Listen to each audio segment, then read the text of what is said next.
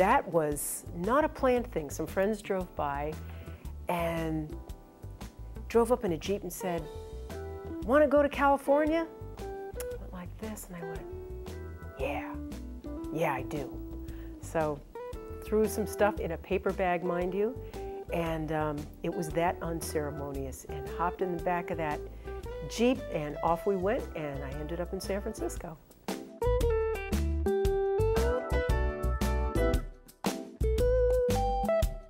Music was a thing that always was. My mom was a music teacher. I had a lot of musicians in my family. I had one uncle in particular, a great jazz guitar player. Played with the likes of Billie Holiday and Ella Fitzgerald and a lot of the jazz greats. And all his kids were musicians, still are. And it just was. My brother was in a rock band, and you know, of course rehearsals were at our house, and Mom's was a saint because she put up with she was a school teacher, and she'd come home from the school and that house would be like, you know, with the, of course, you know, when you're young, you know, loud is, I'm right because I'm loud, you know, or it's good because it's loud. So that was kind of my upbringing. So it wasn't formal music. Holidays were music. We'd all sing, and we'd take Christmas carols and we'd harmonize them in 16 parts. We'd all take a different part and do all these jazz harmonies. And so it just was, it was not a formal thing, it was a way of life.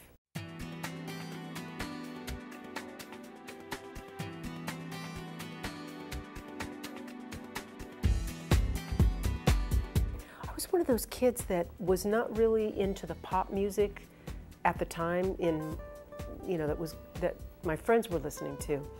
I really loved straight ahead jazz. And that started when a girlfriend's brother went to Canada and didn't want to bring a lot of stuff or couldn't bring a lot of stuff. So I inherited his straight ahead jazz collection, and it was hundreds of LPs. It was her older brother. So it was hundreds and hundreds of LPs, crates of them. And that was like, you know, Miles and Bill Evans and Abby Lincoln and Cedar Walton, and Joe Henderson was one of my all-time favorites. And it just went on, and Bobby Hutcherson, and you know, everybody. And I just was hooked.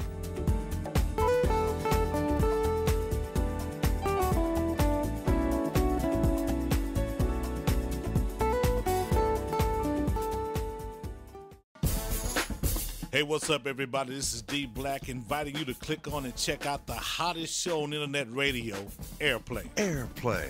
Cool jazz, unique jazz, and different flavors of jazz from around the world. Whether around the corner or around the world, it's Airplay. Can be heard worldwide Monday through Friday from 9 a.m. to 11 a.m. Central Standard Time, and Monday and Tuesday night from 7 p.m. to 9 p.m. Central Standard Time on WINR, smoothjazzforyou.com. Adding a little flavor to your day. Stay connected with me and the show on Facebook at D Black on Airplay, and also check out our website at airplay.net. It's cool.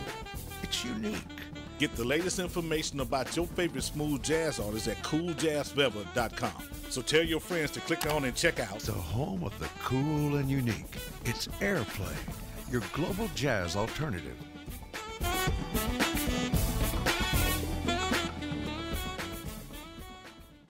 Hello world, this is Joyce Cooling, and we are in the green room.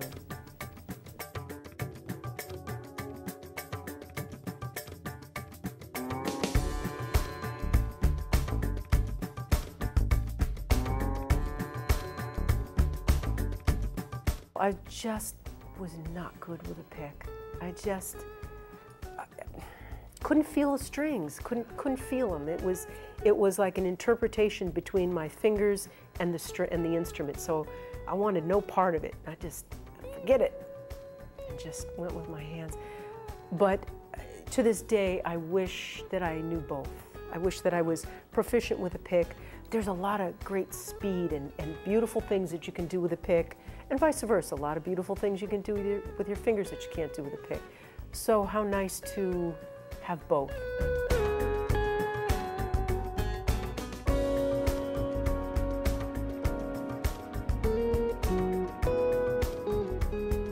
Songwriting, one of my favorite things to do in the world. My songwriting partner, Jay Wagner, is, he's the best.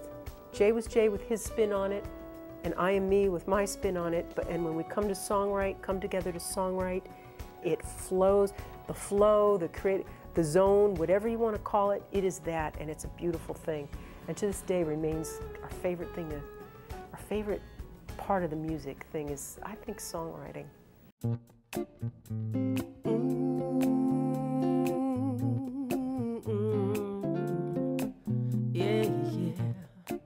When my brother was first diagnosed, I mean, the family's floored. You don't know what to do. Schizophrenia, my God, you know. And you've got nobody out there, because you have a lot of people out there, but nobody's talking about it. And then we heard of NAMI, who's this? National Alliance on Mental Illness, and they work with the families and all this. So long story short, they saved our family. And so now it's my turn. They did so much for me, so now it's my turn to not do so much, but do what I can with them. So, you know, it's a symbiotic relationship. It all works out. Oh, yeah, what are we waiting for?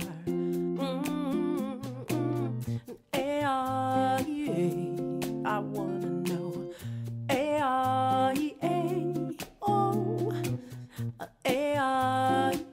I wanna know now. What are we waiting for?